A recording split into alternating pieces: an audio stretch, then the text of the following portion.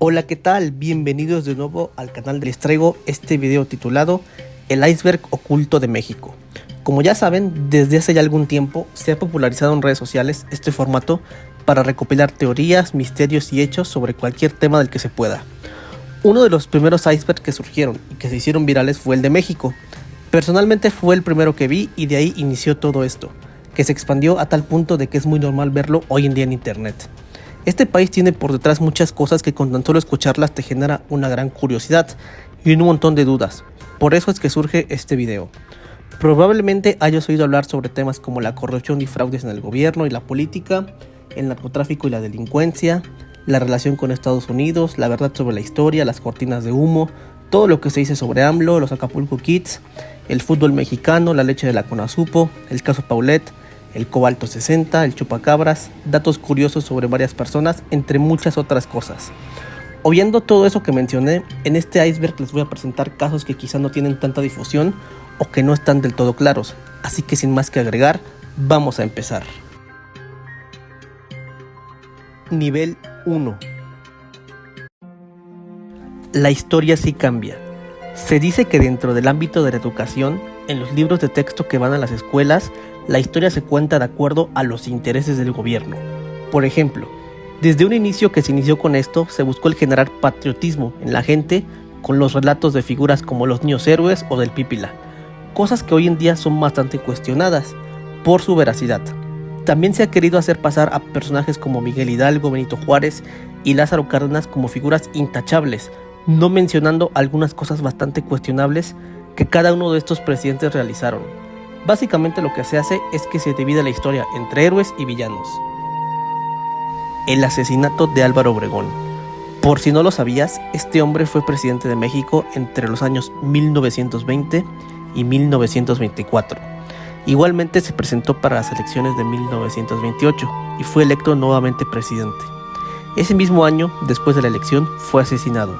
Lo misterioso aquí es que nunca se han esclarecido algunas cosas evidentes en el atentado contra él, lo que ha generado teorías de la conspiración.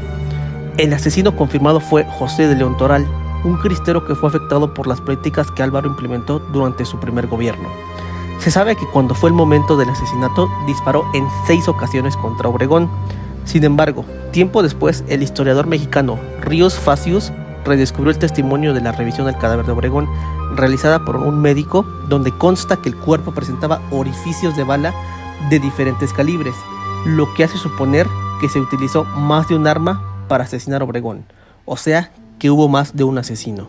Realmente esto no es nada descabellado, considerando que Obregón tenía muchos enemigos políticos. Hay testimonios de personas en aquella época que dijeron haber escuchado varios disparos después de que disparó de León Toral, pero no sabían si efectivamente lo fueron o eran sonidos de la orquesta que siguió tocando por unos instantes después la canción de El Limoncito. Por eso se relaciona el asesinato de Obregón con esta canción. Cárceles y manicomios. Estos lugares tan curiosos tienen bastante que contar. Por ejemplo, aquí en México tenemos al Palacio Negro de Lecumberri, ubicado en la Ciudad de México y que fue inaugurado como cárcel por el presidente Porfirio Díaz en el año 1900. Hoy en día y desde el año 1976 es sede del Archivo General de la Nación. Es contado que en las celdas de este lugar eran cerradas, oscuras y sin absolutamente nada más, en donde eran colocados los presos individualmente, sobre todo los que tenían mala conducta. Posteriormente se expandió la población de este lugar y cada celda pasó a tener en alguna ocasión 3 o más personas. A raíz de la excesiva demanda, las autoridades dejaron de prestar atención a muchos aspectos como la vigilancia y el mantenimiento, por lo que las condiciones evidentemente fueron empeorando a través de los años. Un lugar como este recibió a los jóvenes capturados de las protestas del año 1968, así como a personajes como Francisco Villa, Juan Gabriel, José Agustín, José Revueltas, David Alfaro Siqueiros, Ramón Mercader, Álvaro Mutis, entre otros.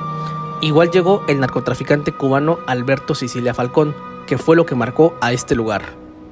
Este mandó a hacer un túnel subterráneo desde la prisión hasta una calle cercana llamada Héroes de Nacosari para darse la fuga en el año de 1976, por lo que el gobierno entonces de Luis Echeverría quedó en ridículo y por eso el lugar dejó de fungir como una cárcel.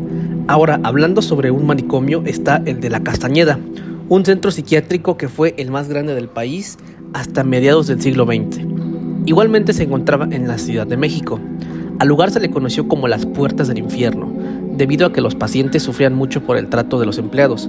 Estos les daban baños de agua fría, abusaban de la aplicación de electrodos, había insalubridad y en general malas condiciones. Fue inaugurado también por Porfirio Díaz el 1 de septiembre de 1910, como parte de los festejos del centenario de la independencia de México. En aquella ocasión, el presidente dijo que una nueva era en la atención médica a este tipo de padecimientos había comenzado con la apertura de este lugar en el país. Porfirio Díaz dejó el poder poco después y el lugar dejó de recibir la atención que se le daba. Este sería el motivo por el que las autoridades consideraron que se salió de control. Lo que se cuenta es que había pabellones y en cada uno se clasificaban los enfermos. En uno los epilépticos, en otro las linfómanas y las prostitutas, en otro los ofídicos y así. Se empezaron a llevar ahí delincuentes, indigentes y en general gente muy pobre. Para ahorrar espacio ante la sobrepoblación, se quitaron las camas de las habitaciones para que pudiera caber más gente ahí. Ya para los años 60, quienes entraron describen cosas horrendas como cuartos muy sucios, presencia de animales, horribles olores y que constantemente había peleas, violaciones e incluso muertes dentro del lugar. Sí que había atención médica, pero solo una persona era la encargada de atender a todos los pacientes, los cuales eran más de 3,000 y eran atendidos los fines de semana. Poco antes de los Juegos Olímpicos de 1968, el lugar fue demolido y no se sabe qué pasó con los pacientes. El Rambo mexicano. Roy Benavides fue un militar México-estadounidense que en el año 1965 fue enviado al país de Vietnam del Sur como asesor de las fuerzas especiales de un regimiento de infantería del ejército estadounidense. Durante ese tiempo pisó una mina terrestre y lo mandaron de regreso a Estados Unidos, donde los médicos dijeron que no volvería a caminar y tenían que darlo de baja del servicio. Aún así, él inició un proceso de entrenamiento nocturno en busca de poder volver a caminar. Después de un año se recuperó medianamente y salió del hospital en el año 1966, aunque quiso regresar a combatir en Vietnam del Sur para el año 1968. El 2 de mayo de ese mismo año, una patrulla de 12 hombres de las Fuerzas Especiales fueron rodeadas en un momento por las Fuerzas Armadas de la República Democrática Alemana, que tenía 1,000 hombres. Roy recibió la llamada de auxilio y llegó a auxiliar a la patrulla en un helicóptero. Este solo tenía un cuchillo y saltó del helicóptero para asistir médicamente a la gente atrapada, de los cuales ayudó a salvar a 8 hombres, un acto heroico considerando las circunstancias del momento y propias de él. Como tal, estuvo 6 horas batallando contra un montón de hombres, de ahí que fuera herido inevitablemente y fue examinado en el campamento base de Estados Unidos. Un amigo reconoció a Benavides y a su cuerpo en una bolsa para cadáveres y le dijo a un médico que lo viera. Este le dijo que ya estaba muerto. Antes de que el médico cerrara la bolsa, Roy alcanzó a escupirle para hacerle saber que estaba vivo, aunque sí, tenía 37 heridas en su cuerpo, de todo tipo de armas. Falleció en el año de 1998 en Texas, Estados Unidos. Sin duda, una historia digna de contar. Nivel 2. CFE pertenece a España. Una teoría dice que la Comisión Federal de Electricidad le pertenece al país ibérico. Hace no mucho tiempo se supo que han trabajado con multinacionales españolas para acuerdos colaborativos y trabajos de alta ingeniería. Por ejemplo, le dieron 2 contratos a la empresa Técnicas Reunidas para desarrollar 2 ciclos de plantas combinados de gas natural en San Luis Río Colorado, en el estado de Sonora, y en González Ortega, estado de Zacatecas. El contrato, según, implica un gasto de 298 millones de euros que van a percibir las empresas españolas. Tampoco hay mucha más información sobre esto. Los zapatistas y el Islam. Esta organización político-militar y social habrían sido responsables de la llegada de esta religión a nuestro país. Se sabe que en el municipio de San Cristóbal de las Casas, en el estado de Chiapas, hay un grupo de personas que profesan esta religión hasta estos días. El motivo de esto es que cuando este grupo se levantó en armas al inicio del año 1994, un caso bastante conocido, un líder musulmán llamado Mohamed Nafia intentó convencer al subcomandante Marcos, cabecilla del movimiento, que toda la gente se convirtiera a la religión del Islam, aunque este se negó a convencerlos. Ante esto, Mohamed, convencido, intentó ir a buscar y convertir a la gente indígena del mencionado municipio diciéndoles que Alá, su Dios, les ayudaría a realizar la liberación nacional y una segunda independencia de México. Esto sí funcionó, y es por eso que existe ese pequeño grupo indígena que profesa esa religión. La herencia de Porfirio Díaz. Un rumor poco sabido es que este conocido presidente le dejó una especie de tesoro a todos los mexicanos. Él renunció a su cargo en el mes de mayo del año 1911, y se dice que tanto el Banco de México como la Secretaría de Hacienda y Crédito Público saben de esto, así como los presidentes de México después del mandato de Porfirio Díaz y todos los gobernadores de todos los estados del país, pero nadie ha hecho un esfuerzo por repartir este dinero. Presuntamente el dinero está resguardado en forma de monedas de oro y centenarios. De acuerdo con la teoría, se dice que si se repartiera equitativamente el dinero, hoy en día a cada mexicano le tocarían entre 47,000 y 82,000 pesos. Esto surgió durante el mandato del presidente Díaz, que habría depositado 50 millones de pesos de oro en el extranjero para el pago de la deuda pública agraria, pero que están ahora en el Banco de México. Igual serviría como un tipo de inversión a largo plazo para crear un capital fijo y que con los intereses por el paso del tiempo seguro ya es una gran cantidad. Porfirio garantizó que esto fuera así, promulgando leyes para permitir el desarrollo de ese dinero. No hay más información al respecto sobre esto. La presidencia más corta. Vamos ahora con un punto muy curioso. Este personaje tenía como nombre completo el siguiente: Pedro José Domingo de la Calzada Manuel María Lascuarín Paredes. Fue conocido por haber sido presidente de México de manera interina por un más que breve periodo de 45 minutos el 19 de febrero de 1913. Lo que sucedió es que el entonces presidente Francisco I. Madero renunció a la presidencia de México, así como también su sucesor inmediato, el vicepresidente José María Pino Suárez. Ambos temían por su vida debido a las presiones del general Victoriano Huerta. Tras ser arrestados en el Palacio Nacional, hicieron llegar sus dimisiones al Congreso por medio del mismo Pedro Lascuarín, para después ser asesinados. Entonces, la Constitución del año 1857, vigente en ese entonces, establecía que como secretario de Relaciones Exteriores, Pedro tenía que ocupar la presidencia de México si el presidente llegaba a faltar. Así que así fue desde las 5:15 hasta las 6 de la tarde de ese día, durando solo así 45 minutos en el cargo. Sus únicos actos de gobierno fueron tomar protesta y nombrar a Victoriano Huerta como secretario de Gobernación, para después el mismo Pedro presentar su renuncia y que este mismo accediera a la presidencia por mandato constitucional. Nivel 3. Cárteles compran apoyo. Se dice que varios grupos criminales han buscado o tal cual han obtenido el respaldo de la gente de algunos lugares del país, dándoles cosas para cubrir sus necesidades básicas. La razón es, primero, para generar impacto en la zona y mostrar su presencia ante grupos rivales, para que la gente de ahí cuide estos lugares, y a los empresarios que necesitan este dinero ilícito para seguir operando, para los cuales trabajan en algunos casos. El gobierno no le hace caso a esta gente, así que es más fácil que caigan en la trampa de los criminales. Sin embargo, muchas veces esto termina mal para la misma gente, porque se ven envueltos en enfrentamientos o cosas que directamente los afecta a ellos sin querer o tener intención de hacerlo. Homero Gómez González. Este caso quizá no es demasiado conocido, pero sí que es relevante y debe ser expuesto. Homero Gómez González fue un ingeniero agrónomo y activista medioambiental mexicano. Fue el director de una reserva de naturaleza para mariposas monarca en Ocampo, Michoacán. Era conocido como el activista en favor de las mariposas más prominente de México. Fue visto con vida por última vez el día 13 de enero del año 2020, atendiendo una reunión en el pueblo de El Soldado. Su familia lo reportó como desaparecido al día siguiente. Recibieron llamadas de teléfono de individuos que decían tenerlo secuestrado. Sin embargo, ellos pidieron pagos de rescate, los cuales un activista de derechos humanos dijo que la familia pagó. Más de 2 semanas después de la desaparición, su cuerpo fue encontrado en un pozo de uso agrícola en el estado de Michoacán.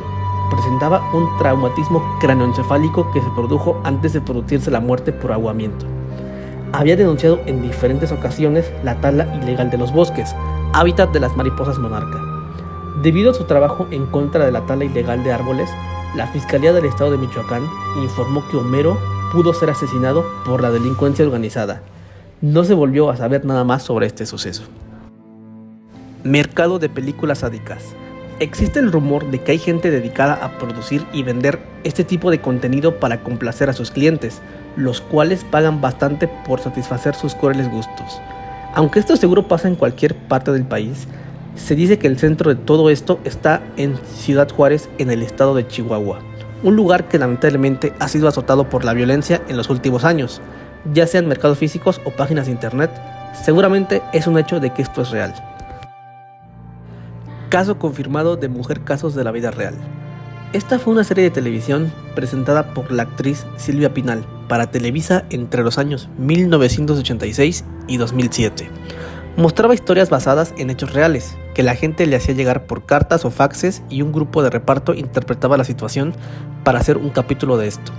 Esto como tal no tiene nada de misterioso o perturbador, pero el caso que presentaré a continuación es uno de los tantos confirmados que se dieron, pero que posiblemente sea el más denso, perturbador y triste. En su momento generó un gran escándalo, por ser muy turbio. Se tituló Como Niña Mujer. Hace no mucho tiempo se resubió este capítulo en internet y se hizo un debate de si este tipo de contenido debió haber sido transmitido en la televisión nacional. Siendo honesto, la verdad es que no tengo corazón para narrarlo, así que aquí se los dejo para que lo lean.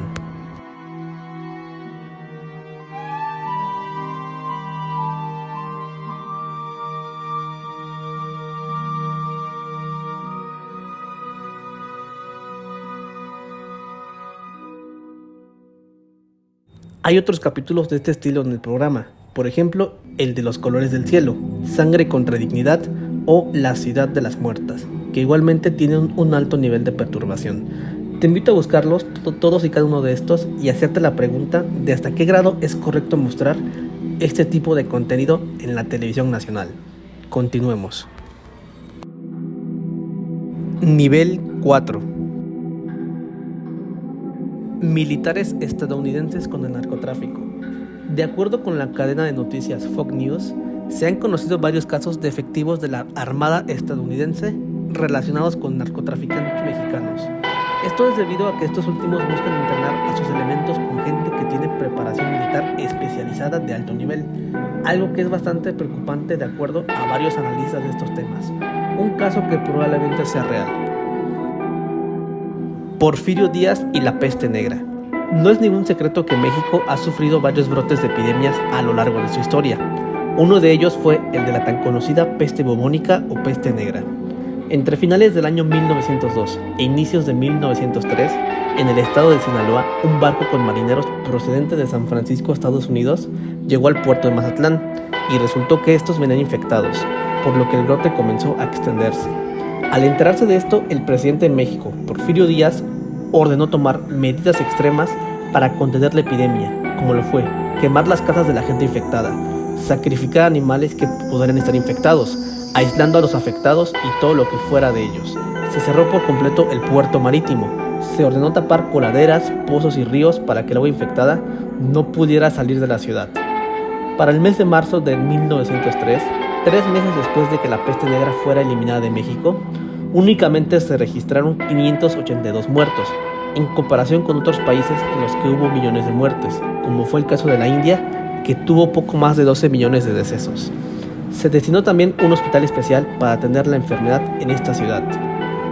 Posteriormente a la implementación de tales medidas, el gobierno de Díaz solicitó la compra de millones de vacunas en Europa, que al igual que en estos tiempos, mucha gente tuvo miedo.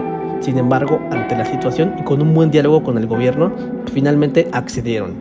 Además, se fortaleció la desinfección de la ciudad, casas y ropa. Además, durante este tiempo, el suministro de energía eléctrica corrió a cargo del gobierno, al igual que la ropa y alimentación básica para los enfermos. De esta manera se logró tener una buena contención de la epidemia de la enfermedad. El motivo de que esto esté aquí es que no se difundió demasiado y que sin duda merece tener su difusión. Amigo de AMLO. Un rumor conocido es el de que el actual presidente de México mató a su hermano, pero otro que igual existe es que él mismo sí que mató a uno de sus amigos. La historia cuenta que se llamaba José Ángel León Hernández y corría el año de 1963 en su natal Tabasco, específicamente en Villa Tepetitlán, Macuspana. Ambos se encontraban jugando béisbol y tras surgir una disputa por una jugada entre ellos se liaron a golpes. José Ángel prefirió irse después de todo, pero se llevó la peor parte. Se dice que López Obrador se quedó con una pelota, la cual la lanzó a la nuca con una gran potencia y esto derivó en un tremendo golpe que le provocó una conmoción cerebral y un sangrado profundo, lo que lo llevó a un estado vegetativo para morir tiempo después. Un testigo de esto se dice que fue Carlos Manuel Rovirosa Ramírez, quien estaba ahí y fue diputado local cuando López Obrador fue líder estatal del PRI en Tabasco. La familia tuvo que irse en ese entonces del municipio, cuando se enteraron de esto, principalmente para evitar represalias contra su hijo. ¿Tú qué piensas de esto? Lázaro Cárdenas legalizó las drogas. El día 5 de enero de 1940 fue en el que este presidente promulgó un nuevo reglamento federal de toxicomanía. Con esto se anulaban todas las reglas que prohibían las drogas clasificadas. Ante esto, el consumo y posterior adicción a las drogas se volvió un problema de salud pública en el país. Los médicos obtuvieron la autoridad para recetar narcóticos a los adictos. Se abrieron clínicas especializadas para tratarlos y se dejó de considerarles legalmente como enfermos y criminales. La compra y venta de marihuana, cocaína, heroína y morfina se despenalizaron y en cuanto entró la ley en vigor, un mes después de la fecha mencionada, se dieron hechos como la liberación de gente encarcelada y juzgada por delitos relacionados a este tema, así como la actividad policíaca dejó de tomar en cuenta este ámbito. A consecuencia de todo esto, evidentemente el mercado ilegal de estas sustancias se vio afectado, reportando pérdidas por mucho dinero.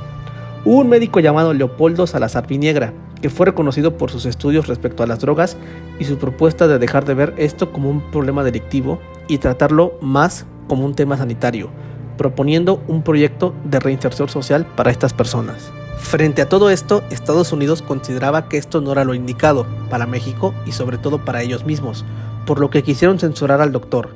Igual hicieron enmiendas a esta, además de confiscar recargamento de estas sustancias. Consideraban que se daban demasiadas libertades a la gente. Quizá no les faltaba razón, pero no pensó igual el gobierno mexicano, que consideró como un éxito el experimento que realizaron. Aunque sin embargo, para la segunda mitad de aquel año, se inició una guerra llamada contra las drogas, que perdura aún en nuestros días.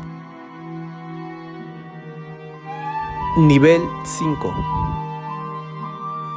Plan Maestro 1996-2106. Aunque este punto es parte del iceberg general de México, casi nadie lo conoce o ha explicado bien como tal. Trata sobre que es un plan de 110 años en materia de comunicación y transportes. Por ejemplo, para que casi todo o todo el país tenga un sistema de vías y trenes, que una cada punto de la República. Esto, sin embargo, no es realmente así.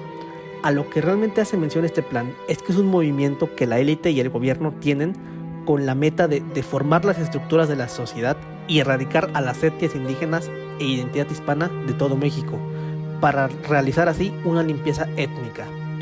Igualmente se tendría en la agenda que nos pasaremos a convertir en una colonia o estado satélite de los Estados Unidos, siguiendo sus políticas aún más exhaustivas. Se dice que en determinado momento los encargados de realizar esto de la limpieza étnica sería un grupo llamado Águila Negra, aunque no hay mucha más información al respecto. El fracaso más costoso. Llegamos al último punto, que aunque es un tema muy difundido, quizás no ha sido abordado con una perspectiva diferente a la de siempre. Con esto me refiero a la guerra contra el narcotráfico que inició el anterior presidente Felipe Calderón y se sigue librando hasta nuestros días, como dije anteriormente. A pesar de que sigue en curso, quizá no de manera oficial, pero sí en teoría, ya ha resultado en daños incalculables e irreparables en muchos casos, debido a la pérdida principalmente de vidas inocentes durante el transcurso de esta. Con esto podremos considerarla ya a estas alturas como un fracaso, debido a que uno de los principales propósitos era precisamente salvaguardar a toda la población, pero esto lamentablemente no ha resultado ser así. Podría nombrar numerosos casos que se han dado de gente que no merecía pasar por lo que le sucedió e injustamente ya no están aquí, pero habría que mencionar a todos para ser justos. Ahora, quiero centrarme en dejar claro este punto.